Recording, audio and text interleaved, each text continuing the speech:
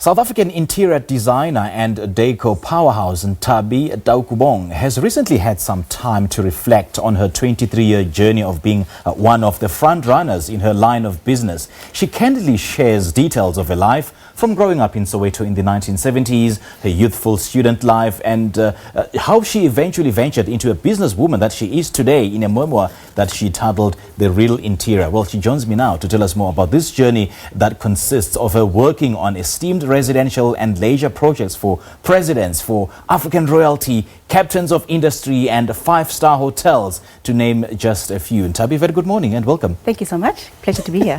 Let's start with the love for interior design. I understand that you've been taught from a very early age of being excellent in everything that you do. Of course, I had parents who believed in me, pushed us through in everything that we did, and excellence was something that we strived for in our family. Yeah. Take us back to what went through your mind when you got that LinkedIn notification that you've actually been in the industry for 23 long years. It was 21 years, and I got such a shock because time went so fast, and I hadn't planned on how I was going to be at 21 in the industry. And when that came along, I just got such a fright. And I had to really do some recollection. And it took me another year to come through to say, okay, it's time to step back, time to write it down, and just congratulate yourself more than anything. Don't worry about clients, don't worry about suppliers.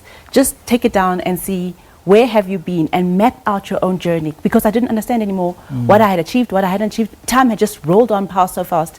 I didn't even know I had passed 10 years. How did you break into the industry? I mean, it must have been very difficult for a young black woman at the particular time to break into this kind of industry. I like to say that my career has been divinely led. I was fortunate enough to apply for jobs when I had just qualified, and the first job that I applied for that I really wanted, I got. And they specialized in the hotel industry.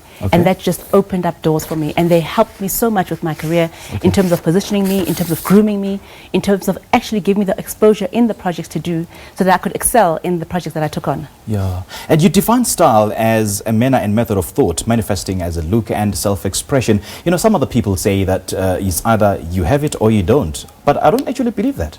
Well, that's style. You either have it or you don't.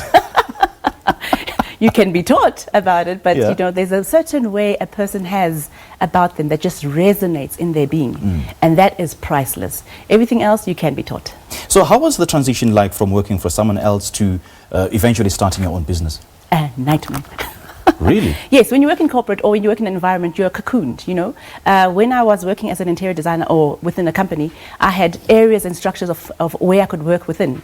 When I went on my own, I had to cover everything: admin, delivery, accounting, clients, suppliers. And that was quite a big challenge that I wasn't prepared for. But I think the naivety of jumping at that stage was the best decision I could have made for my career. Right. And highlights? Highlights? Yeah. Everything's a highlight. This moment right here is a highlight. Well, I'm humbled. Thank you so much. All right, and what are your views on the current state of interior design in South Africa? Are we at a point where we could safely say that we really have arrived? We've always arrived. I think Africa as a continent has been inspired or inspiring the world. I think what's happening now is that we're waking up to our own excellence, and that's important. So we should stay awake. We have great creativity on our continent. South Africa is also leading in thoughts, and we need to make sure that we propel those levels of excellence throughout our creative industry. I quite agree with you. I mean, it's a creative powerhouse. Yes. Africa, South Africa in particular, is a very creative powerhouse. And are there any gaps that you think need to be filled? I think socially we need to be on point with our social media, our internet, on the web. We need to promote. We shouldn't only just focus here on Africa. We need to sell Africa to the world.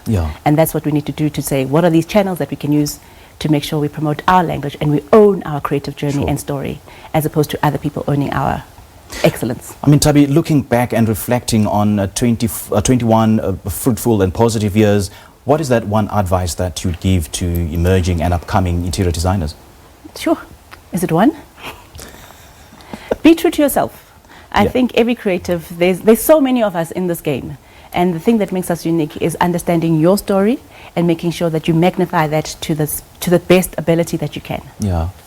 And I hope that kind of piece of advice is also reflected in this book, isn't Absolutely. I mean, that's my story. Yeah. And in trying to figure out where I belong in this industry, I then had to find out that, you know what, the most important thing in this industry is understanding yourself so that you can sell that to the client, you can sell it to the world. And it's easier once you are a conscious brand to know how to magnify your strengths, magnify your uniqueness, and hopefully everybody can write their own story soon, because it's important for South Africans to tell their stories. Right, right. And Nthabi, thank you so much for inspiring us. Thank you very much for having me. It's an absolute pleasure.